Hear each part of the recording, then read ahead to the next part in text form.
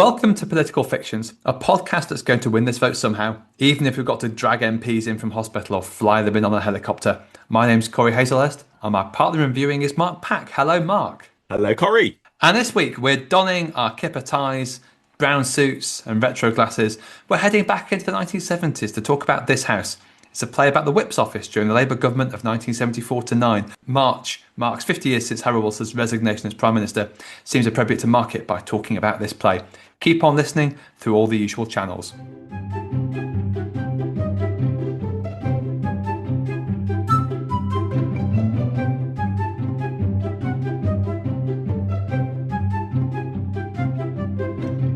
This podcast, we've got a series of items on the agenda to go through. First item on our agenda is events, dear boy. We talk about our experience of the film, or in this case, the play, and give a brief plot synopsis. Regular listeners will be very excited to know we're making history in this episode because we're actually talking about something you've seen before. Yes, very exciting. I was thrilled to discover at last we have reached something that I've seen before.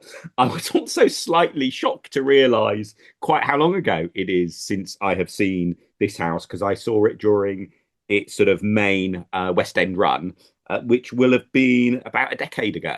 So it was first done, I think, 2012, 13, wasn't it? Would it have been in that one? So yeah, it will have been the Olivia Theatre in 2013 that I think I must have seen it. So I saw it again like this week for the fourth time. So first time it would have been on the tour. I saw it at Birmingham Rep on tour afterwards, so about a decade ago, and saw it again during lockdown because National Theatre started doing their National Theatre at Live programmes during lockdown on a Wednesday.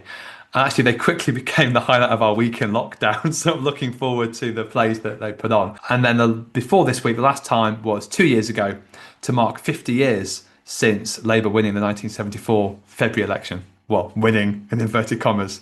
But that shows you the kind of exciting nights we have planned in the Hazelhurst household. Well, it is one of the great things about the rise of streamed theatre productions that you can now watch a play, not quite on demand, because there aren't that many that tend to be available, but it does mean that plays like This House get a much extended life. A while ago, I saw a really good play about Roy Jenkins, Dennis Healy, and Tony Crossland. And that was great fun. And I was thinking, well, maybe we'll do that on this podcast at some point, except that although the play was pretty successful, its run was extended, it will now basically disappear into history as it were, an ephemeral thing. Like previously, say, the play Limehouse, about the Limehouse Declaration, which I never got to see. But something like This House has a longer life. I know that for anyone who's in the arts sector who's listening, probably there's about a 3 in 4 chance you're readying some angry messages to us both about the downsides and some of the controversies around streaming theatre, and in particular the way it sort of skews theatre's interests in terms of what plays they might want to put on. But there's definitely a great upside that it just gives a long life to something like This House. Another play that is lost to history is the play by the former Labour whip Joe Ashton, Majority of One. Although it sort of lives on in that James Graham, the playwright for This House, does credit Joe Ashton as one of the people who he spent time talking to as part of the research for his play. So perhaps there's a certain spirit of a Majority of One living on in this. But again, it's a real trick because, if that was a TV show or a film, I would have immediately been scrambling around to find in what weird, obscure corner I could watch Majority of One. But unfortunately, because it's a play, it's sort of lost to the past. So Joe Ashton was my dad's constituency MP when he was growing up. And so I have his novel, Grassroots, which I've never read, but I'm told by long-standing Labour members it's a really painfully true insight into the Labour Party in the early 70s. So when we eventually get around to doing books, when your to-read pile goes into the 3-figure category, we can maybe think about doing that. But let's talk about this play. Let's talk about the play. It is basically a play designed for the likes of anyone listening to this podcast, because it is 2.5 hours about life in the two Whip's offices, Tory and Labour, Whip's offices in the 1970s in a parliament, predominantly in the parliament 74 to 79, when the government had a tiny majority, if a majority at all. And it's brilliant. It's completely and absolutely brilliant, and I've been excited about first watching it and then talking about it for weeks. So why don't we get on to second item on the agenda, which is All the President's Men, where we talk about the cast and the crew. So this house, written by James Graham.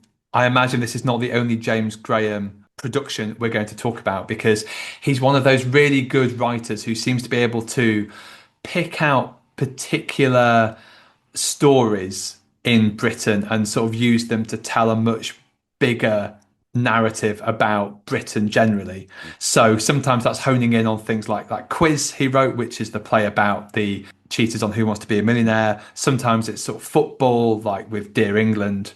And sometimes it's political narratives. So this house, Coalition, which he wrote. I'll talk briefly about the cast that are in the National Theatre Live, that unless you're going to see a new production of it, or you invent a time machine. And if you do invent a time machine, do let us know.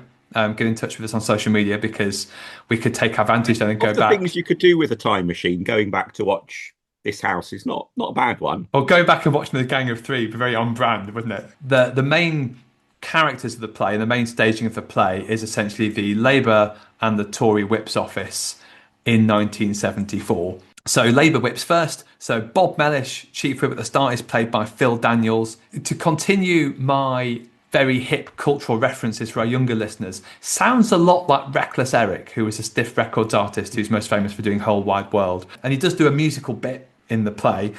Rhys Dinsdale plays Walter Harrison, who's the Deputy Chief Whip. Lauren O'Neill plays Anne Taylor, the sort of younger woman in the Whip's office. And again, an interesting theme in the play is women in politics and the emergence of female MPs in Parliament. Vincent Franklin plays Michael Cox, who becomes Chief Whip once Bob Mellish stands down. I think like the fact that Bob Mellish stops being Chief Whip, I'm not going to count as a plot spoiler. So Vincent Franklin, best known for being Stuart in the thick of it. Julian Wadham is Tory Chief Whip Humphrey Atkins, very patrician, isn't he? Your classic Mm. high Tory out of central casting. Charles Edwards is Bernard Weatherall.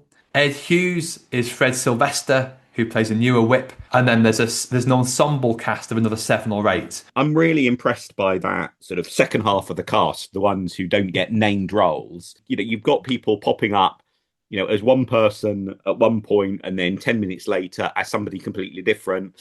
And of course, there's a good bit of a change of costume and all of that. But fundamentally, everyone is dressed like an MP in a suit, or equivalent for the small number of female MPs. And so there's not a lot you can do with their appearance to make it clear who they are, but they managed to take on the different mannerisms of the different roles really well in a way that I never found it confusing to think, oh, hang on a minute, which one is this person being at the moment? And I do like the way that the main characters get names of real people. All the other MPs are simply known by their constituency, which both tells you something nice about the way that whips think about their flock, but also makes the point that this is a play that is about politics in general as well as the specific politics of the time, that it's trying to speak to a larger story. And it also sets up some lovely lines, like there is a Conservative MP for Redditch, didn't necessarily seek when looking for selection to end up being the MP for Redditch, but Redditch was the constituency that he got. And he's at one point he shows his disdain for his constituency by saying, Redditch, that's not a name, that's a noise. But one of the lovely things about this play is at that moment I thought, I wonder if that's real or not.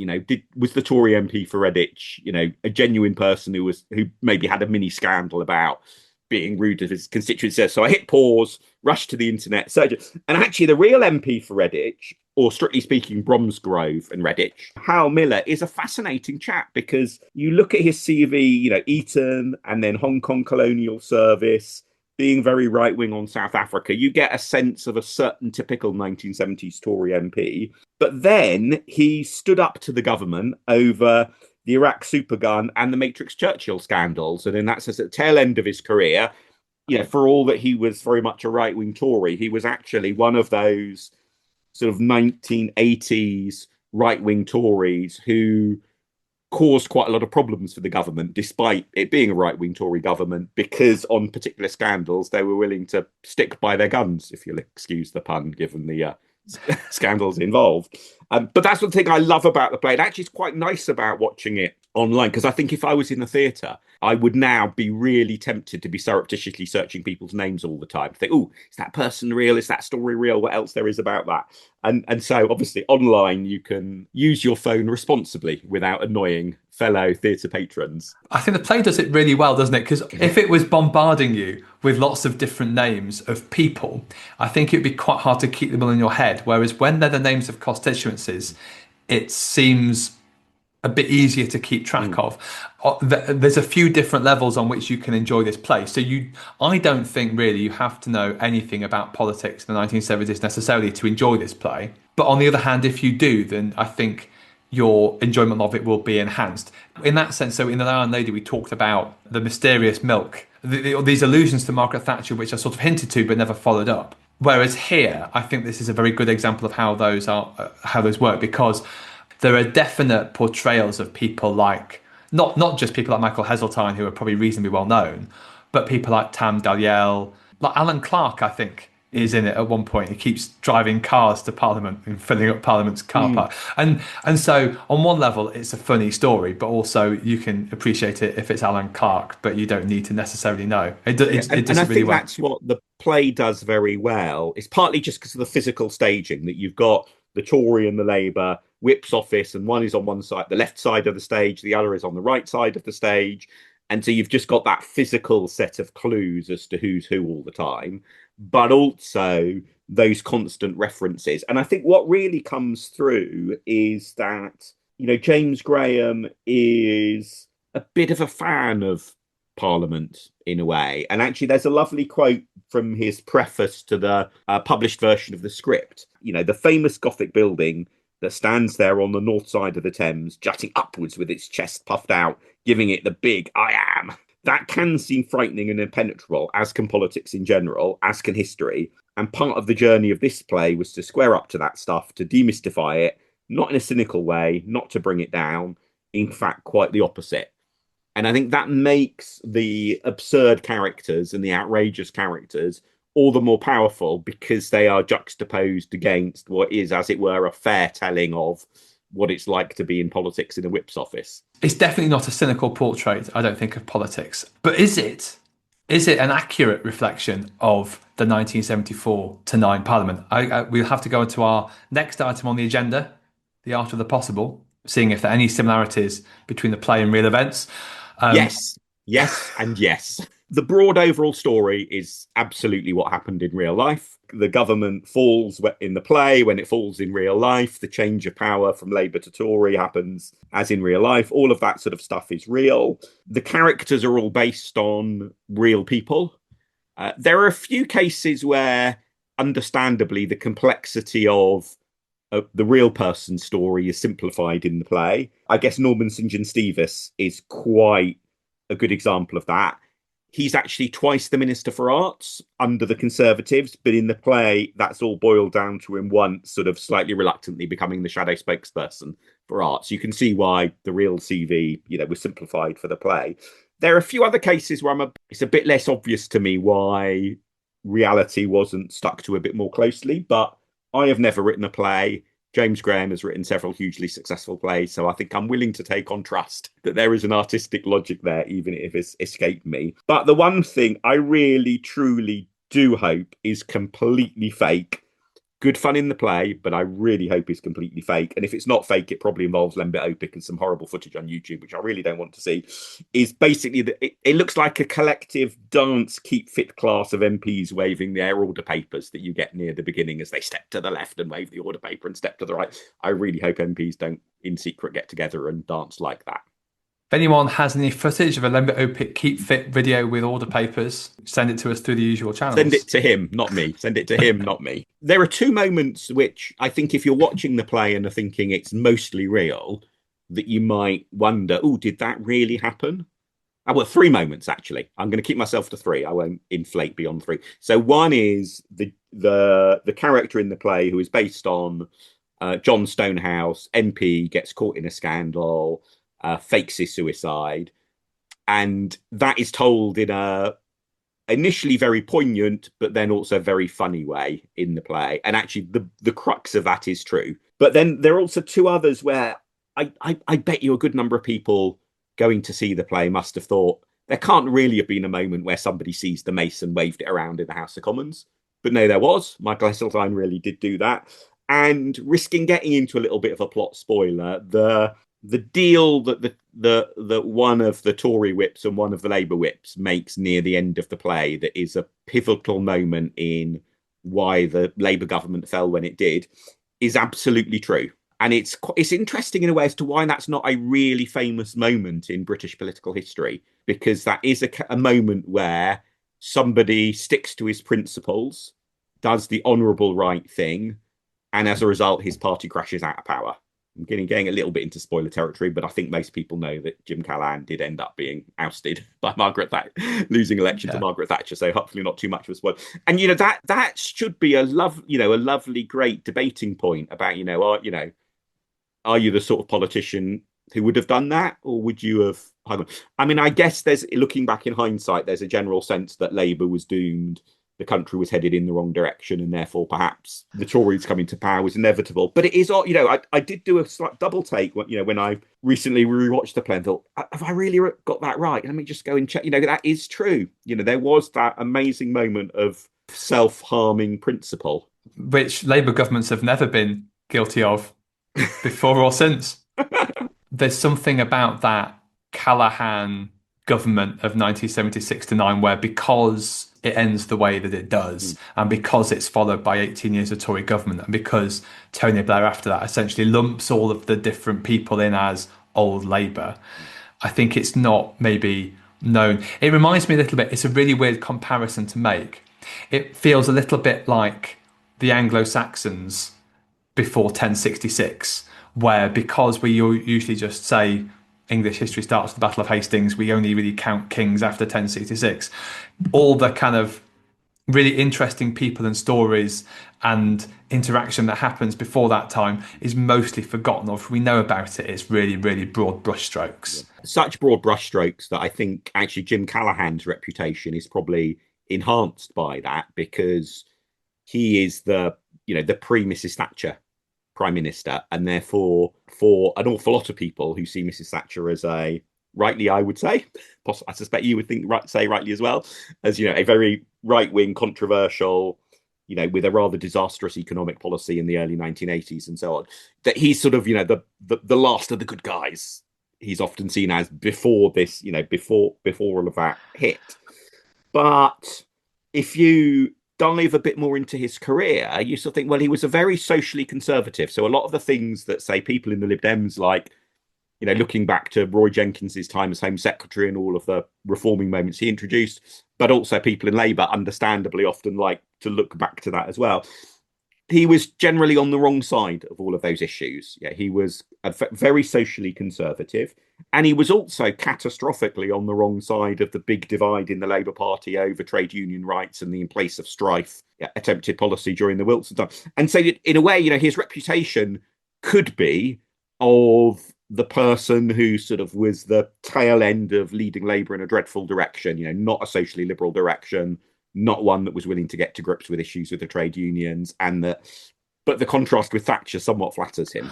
But I suppose also is probably one of the few people who didn't go to university who to become Prime Minister. And I do wonder if that will happen in the future. And something the play makes reference to is the amount of MPs who died during this Parliament. And a lot of that is partly because of the long hours that they are sitting. And it's also partly because often these are MPs who have previously been working in mines or at the docks as an electrician in sort of working class manual jobs and maybe haven't gone to university. And actually that isn't really the case now. And so you wonder, will prime ministers in the future, like James Callaghan, who grew up in a working class household through the unions, didn't go to university, would they be able to become prime minister? The sort of framing device of the play is this agreement between Walter Harrison and Bernard Weatherall, essentially that they have a bet as to whether or not the government can last the full 5 years. And this is essentially sort of the framing device of the play. In a way, I think what that does is that buys into, if anything, it sort of buys into the Harold Wilson view of this government. That Harold Wilson is asked once he's resigned, what was your main achievement? And his answer essentially is that he managed to keep the Labour Party together, which I think was sort of criticised a bit at the time and since as being a bit parochial. Although anyone who can keep that kind of rabble together, win 4 elections, Indeed, yeah. is, Given the trouble Labour hit subsequently with splits, I think it's a view that has probably aged quite well. But I think that's what makes the play really interesting, is that by focusing in on the whips, the play rightly focuses in on people for whom that is unquestionably an acceptable point of view. Now, what is your job as a whipping team? It's to make sure your side keeps on winning the votes. That is your job. Is there a higher moral purpose? Is there a bigger picture plan? That's not the job of the whips. That's the job of the big political beasts who occasionally get referred to in the play, but don't feature at all. There's nobody who is playing the role of Edward Heath or Harold Wilson or Margaret Thatcher. They are all off stage, sort of literally and metaphorically. So I think it sort of legitimizes focusing in on the machinations of trying to win every vote, because it's only looking at the people for whom that is their job. What that does by sort of honing in on the keeping the show on the road is the things that the Labour government did in power, say like the Health and Safety Act, which is pretty revolutionary, Sex Discrimination Act, Race Relations Act, like the good achievements of that government, which those people who've tried to rehabilitate, people like Nick Thomas Simmons, who are sort of rehabilitating the image of Harold Wilson and James Callaghan and this government would big up, aren't really mentioned, which is fine.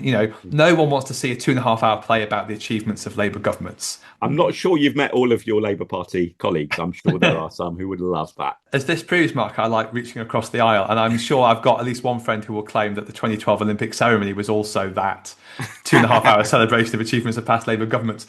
I digress. Obviously, you wouldn't use that as a framing device, and that's fine. The end of the play is Thatcher's speech outside Number 10, which we've also done in The Iron Lady, about where there is a discord, may we bring harmony and all that. And I suppose because the play hasn't focused on the policies, essentially because it focuses on the whips, it doesn't focus on the sort of the policy. There's reference to the post-war consensus, but it doesn't talk about how that starts to break down under Callaghan, about the fact that actually Callaghan was looking into right to buy, which is then not taken up, and Thatcher obviously runs with the policy. It doesn't then talk about the fact that Callaghan's speech about you can't spend your way out of the recession, which is, I guess, the sort of the ending, really, the end point of the post-war consensus that then Thatcher sort of fashions a new one. 1979 is this big stop, and is made so, I suppose, because they focused on the structures. And in a sense, I suppose 1979 is also one of those elections a bit like 97 or 2010 or 2024, where part of what's happening is there's a huge churn of MPs coming in and out, isn't there? Any play has got to have, any book, any film, any podcast has to have some limitations on it. General elections are a very natural set of punctuation points. The difficulty, if you're trying to talk about bigger issues, is that quite often they're not really the right punctuation points. But for something that is so much about the mechanics of winning votes in Parliament, it works really well. My favourite niggle, if I can put it like that, there's a scene in the play where Walter Harrison wins a vote because there are 2 votes happening at the same time, and so Harrison has to run from one room, take part in that vote, run down the corridor and vote in the other race, and he gets most of the way in before the door is shut upon him, and it's adjudicated that most of Walter Harrison is in the room at the time, and so therefore the vote he wins, I think, 22 3/4 to 22. And I wanted to see if this was true, and it is true, but it took place in 1968, which obviously Labour had a bigger majority than they did in 78, when I think the story's meant to have happened. And so they've moved that story. You can see why they've put that in. I mean, partly because it's a really good story, and partly because it tells you a lot about Walter Harrison and the character. Yes, it's a story that should have happened in the 70s with a much smaller majority. It feels like reality has got that one wrong as to which decade it actually happened. Reality's got the 60s wrong. It's a very countercultural reference on this podcast. Next item, Phil Woolas Award. Who's the most evil or Machiavellian character? if you didn't really know anything about the play and was going to watch it, you might expect, well, one of the whips will be, because that's often the portrayal of whips in other political fictions, is as sort of Machiavellian. I don't think any of them come off badly. There is, as I mentioned near the end, try not to give away too many spoilers, this real moment of sort of principle between two of the whips. But even through the rest of it, there's the drunken MP who keeps on getting locked in the cupboard so that he doesn't get lost and is there for the vote. Yeah, the whips basically come out of this well. So I think the most evil character is the play's version of the real life John Stonehouse, who was a financial fraudster, faked his suicide. We also now know that he was almost certainly a spy for the Czech communist government. I don't think that comes up in the play. The drowning, his drowning is staged very cleverly. You know, you might think that how do you stage somebody's drowning on a stage set with no water other than a little bit of water in, you know, in maybe some glasses on people's desks, but it's very, very clever bit of staging that. And yeah, I mean, he is an out and out dodgy person. And there is a ITV film, I think, of his life with I think Keeley Hawes. It's So another thing you're going to add to our list. We I think the yeah, point at which we have enough potential future episodes to take both of us to our death is the point at which we need to freeze that spreadsheet.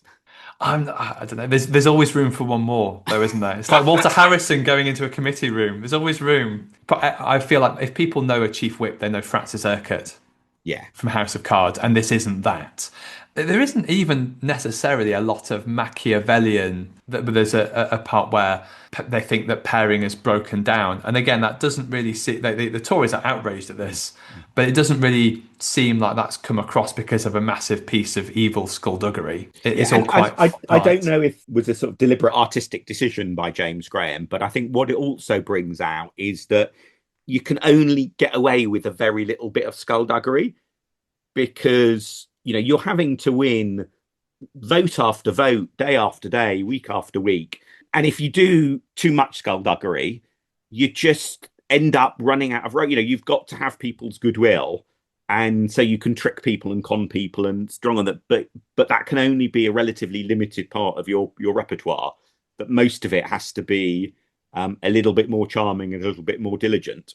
Like the other two fictions we've talked about, this I think does a lot of work humanizing politicians, doesn't it? So it Mm, is again, it's very much bringing to the fore mm, the whips, their personal life, their private mm. feelings. Including quite a moving scene, which is a real tone shift where Anne Taylor, who is in real life didn't become a whip quite as soon as she does in the play, but the basic story of her being a female whip who ends up being the first female chief whip is real.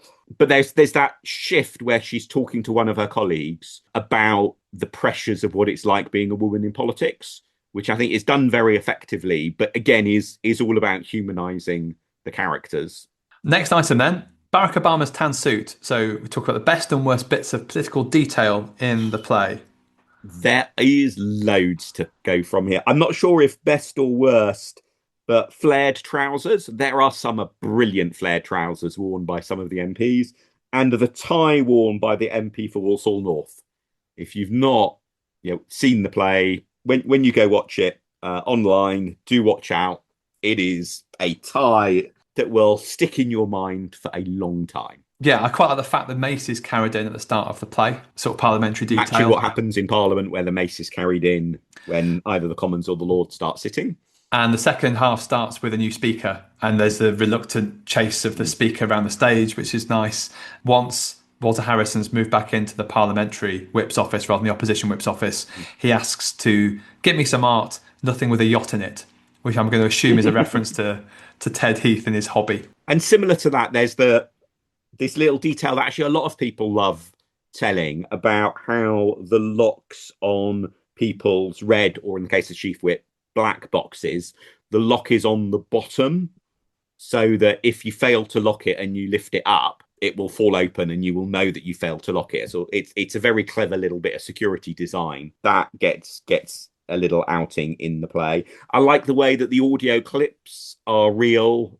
They're the genuine clips from TV at the time that are used around moments of election and so on. There was one little detail that I'd love to know what inspired this, whether it was, a real event or not, is when in the Labour whip's office, they are getting ready for a meeting where some of the Tory whips are going to come in and sit down.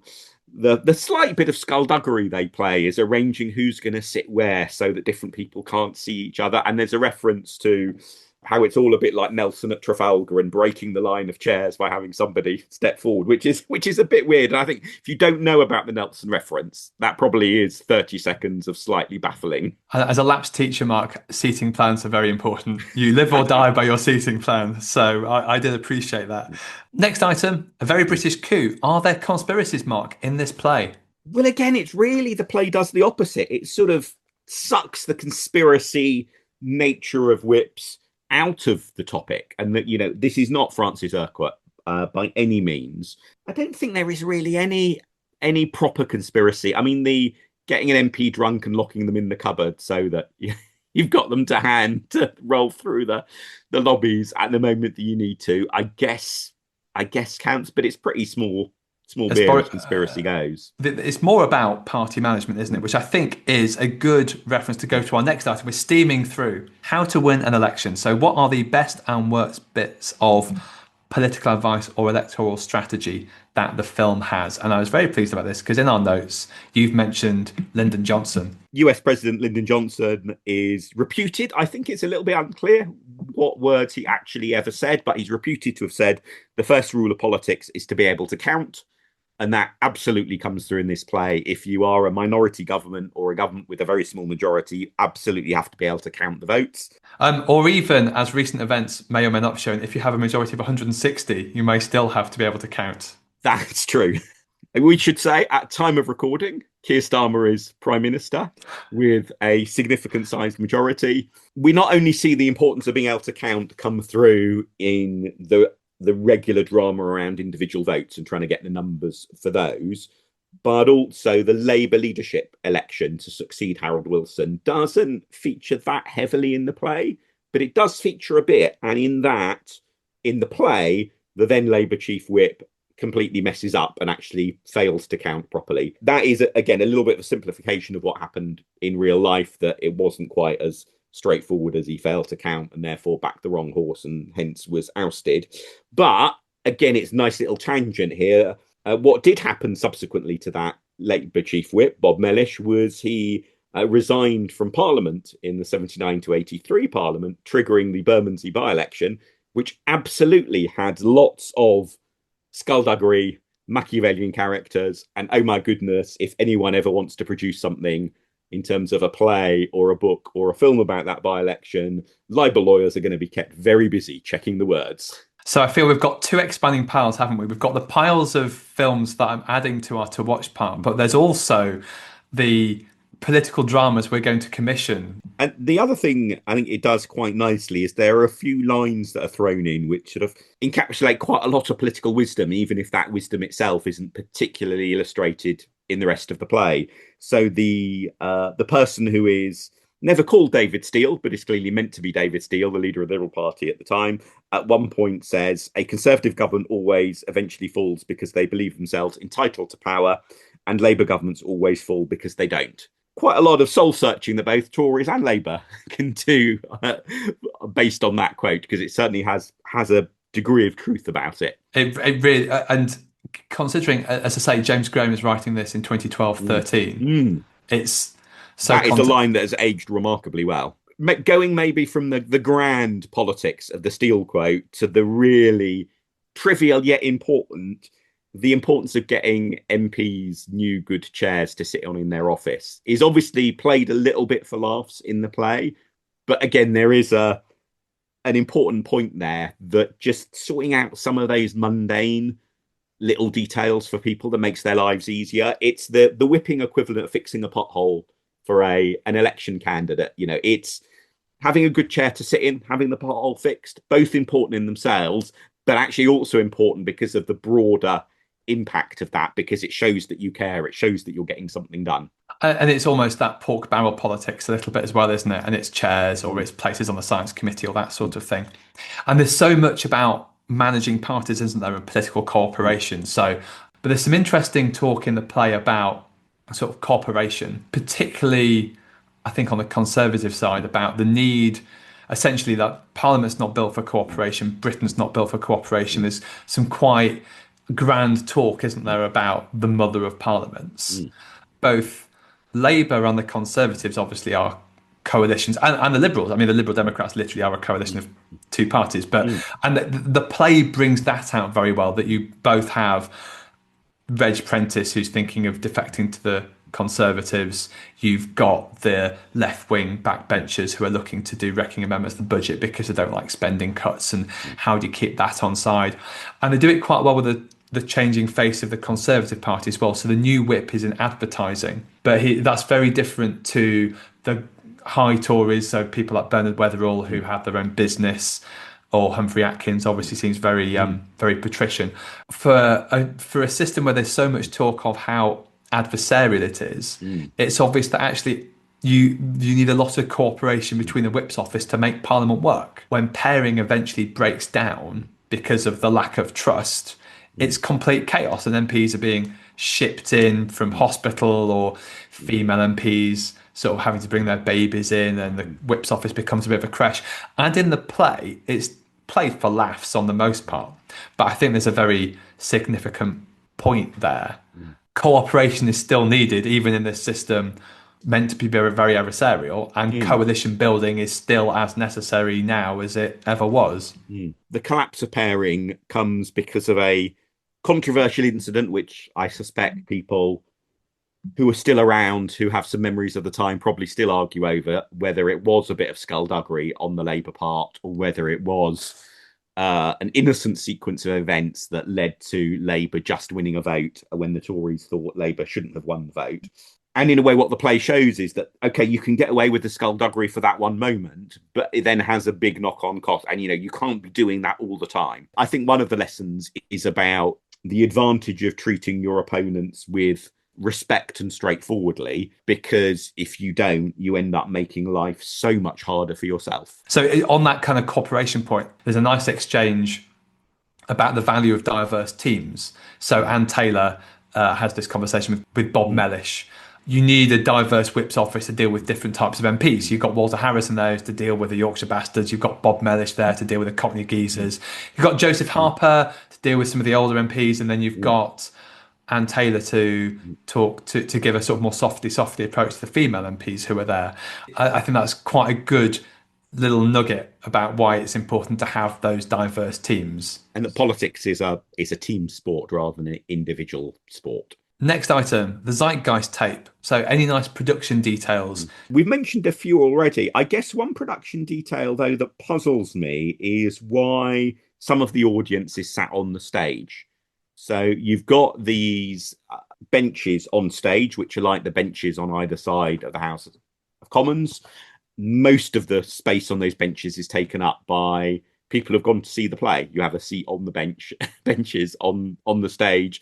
And some of the actors at different times sit in various places on the benches and sort of come into play, as it were, from that.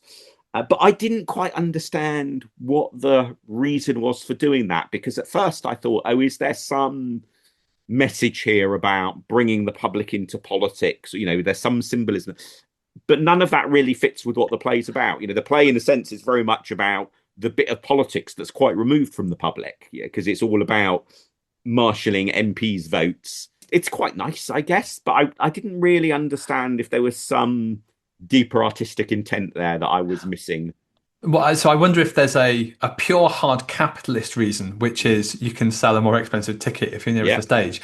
But I wonder if the artistic reason would be, given that, as I say, that there's probably about 15, 16 people in the cast, you need maybe a few more bodies on Parliament. So I almost got the impression the audience... It's another capitalist motivation. It's a cheap way of filling out the stage set. They don't have to pay extras to be there. But in a sense, they become what in the loop might call the rumour meat. It helps fill out the House of Commons so that it looks like you've got 300 versus 300 on both sides of the benches trying to fill out a stage. And we've talked before about actually how often the sort of serried ranks of MPs in the House of Commons just doesn't look right in fictional portrayals of Parliament. And oddly, I mean, although, the mix of people who are, at least, as I recall when I've seen the play and also sort of watching the National Theatre, although that mix of people sat there is vastly more diverse than the House of Commons would have been at the time. And, not all dressed like, the men are not all in suits with a tie and so on. It somehow feels more realistic than the attempts to be realistic that you often see in other dramas. I guess the other detail that I really like that we haven't mentioned yet is what isn't there, as in Ted Heath, Harold Wilson, Jim Callaghan, Margaret Thatcher, none of them appear on stage. And I think being brave in that sense of leaving all the big names completely out of it works really well. For this type of political fiction, there's essentially two ways you do it, aren't there? So we've mostly in this series talked about where essentially you are in the room where it happened and you're watching the big players. So the Iron Lady is very much that. Whereas the other way of doing it, like in this house, or say next week we're going to talk about the thick of it, where the party leaders are absent. Margaret Thatcher is referred to as the lady, and it almost, I think leaders in this type of drama end up being a bit like Mrs. Mannering, don't they, or Maris Crane? It's sort of, yeah, this looming offstage presence that is there, and every time they're mentioned, people twitch. I think it adds an extra level, doesn't it? And also probably reflects the reality of the time somewhat better, because I think through the succession of email and WhatsApp, the ordinary MP is, even in a very large parliamentary party with an unhappy set of internal feelings at the moment, I think, probably even the most unhappiest, most detached feeling Labour MP is much more in touch with Keir Starmer and other cabinet members in the sense of being in WhatsApp groups and the like. You've just got that sense of these big figures are in your orbit in a way that I think will have been much less so in the past. I guess the other thing we should comment on, and maybe this is one for you as the podcast's official music correspondent, is the music. And because there is indeed a band on stage, isn't there, which works quite well. Again, one of those things where at first when I saw it, I thought, well, this is a bit, is this going to be a musical? And you've got that slightly worrying dancing scene at the beginning, but it actually works nicely, doesn't it? I really like the fact the music seems to change throughout the Parliament, and I think I only noticed it on this viewing. Well, I think almost the costume of the band also changes. So in 1974 to 5, it's a little bit Ziggy Stardust, isn't it? It's a bit proggy, people with massive sort of Brian May style wigs, big aviator glasses, like Emmanuel Macron. Like you're wearing at the moment. It's your starry presence, Mark. I have to sort of... And then towards the end, sort of 78, 9, it gets a bit more punky, gets a bit heavier. I think at the end they've got big spiked hair, which I confess I haven't been able to style for the podcast. Not even for YouTube, I'm afraid. That was a nice subtle touch with the music that I hadn't noticed before, but really appreciated this time. And one other subtle touch, which I don't remember at all from when I saw it in person, it did make me wonder if they'd maybe added it for the National Theatre at Home version, was at quite a few points in the play there is this audible but quiet clock ticking sound in the background, which obviously adds to that sense of tension around building up to votes and so on, your classic ticking clock, but also maybe a bigger point about the time ticking away as doom is coming around the corner with the arrival of the 1979 general election. I just think it's a very nice little touch, but I don't remember that at all from having seen the play in person. I don't know if you recall. No, I don't remember the ticking, but I think Big Ben itself has worked really well. It's a really good prop, isn't it? And they do a couple of scenes up there because you can. Can you still go up to the top? Yes, you can. In fact, I was recently having a look at whether I can take people on a sort of guided tour, up to the clock, and the information they provide has lots of warnings about how many steps it is. So I'm going to have to walk up and down the office building that my office is in to figure out, how many steps does that compare to. Maybe you could do our first live episode can be in Big Ben Tower. We can have silhouette. I mentioned the helicoptering in of MPs. There's a nice silhouette of a helicopter on Big Ben, which I liked for the crucial vote. Rotary dial phones, they are brilliant. Almost as good as the flare trousers for bringing back memories of the 1970s. Only they'd also had one of those circular sort of corrugated metal dustbins. That would have been the full 1970s effect. Final item on the agenda, state of play. Rate the film out of 650, which for this film is particularly appropriate, Mm. and what we'll remember and recommend it. So, Mark, would you recommend this?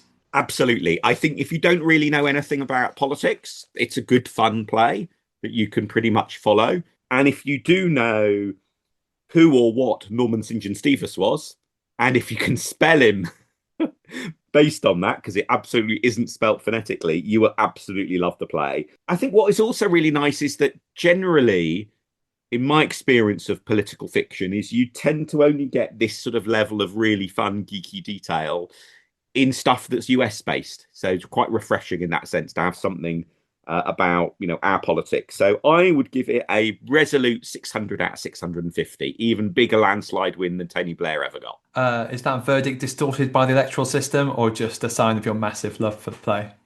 A little bit of both. I mean, obviously under a proportional system where one would watch one play for part of the evening and another play for another part of the evening rather than having to go all in if it's only one play and nothing else. First play past the post. I love this play. I really like the fact it's a really positive play about politics. I think part of the reason to do this podcast is almost to maybe I wanted to look at unpicking some of the terrible conspiracy theories about politics and politicians that I think a lot of people have because of fictions, probably of people like Francis Urquhart. And actually, I think this play is a real kind of antidote to them, and the humanity shines through. The writing is amazing. So many amazing themes we haven't talked about. So we've touched a bit on women in politics, but the rise of Scottish nationalism is sort of in here. As someone that didn't really know much about politics in the 70s before I watched it, it's been a real kind of window. It was a real window into an era that I now am really interested in. I've wanted to find out more about since. And I think if you watch the play, what you then find you do is you have 2.5 hours watching the play, and then the hour afterwards is you Googling Walter Harrison and Bernard Weatherall, and then you absolutely love Actually, it. the one detail about any of the characters that you don't get told in the play, and in a way I think it's a slight shame if you don't know, is that Bernard Weatherall later becomes the Speaker of the House of Commons. And so that final moment where there is that sort of principle wins out and someone politically damages themselves as it so that final moment where there is that twist that I won't go into full details to not give away spoilers, but where somebody sticks to their principles in a moment when it would have been very tempting not to stick to their principles. The fact that one of the participants in that exchange ends up becoming Speaker of the House of Commons is a nice epilogue. It's a very fitting epilogue, and in a way, I feel that moment works all the better and is all the more emotional heft to it if you know that one of them is going to then become Speaker subsequently. Otherwise, though, if you don't know any of this stuff and you think, well, why on earth is anyone interested in this fact that this Bob Mellish ends up resigning and causes a by-election in, don't know where his Bermondsey, etc. Doesn't matter. You can still really enjoy the play. I mean, 600 out of 650, 620. I'd give it 700 if I could. For a play that's about counting accurately, I think in principle, I object. I refuse to let you do that. Fine. Okay. In that case, yeah, 600.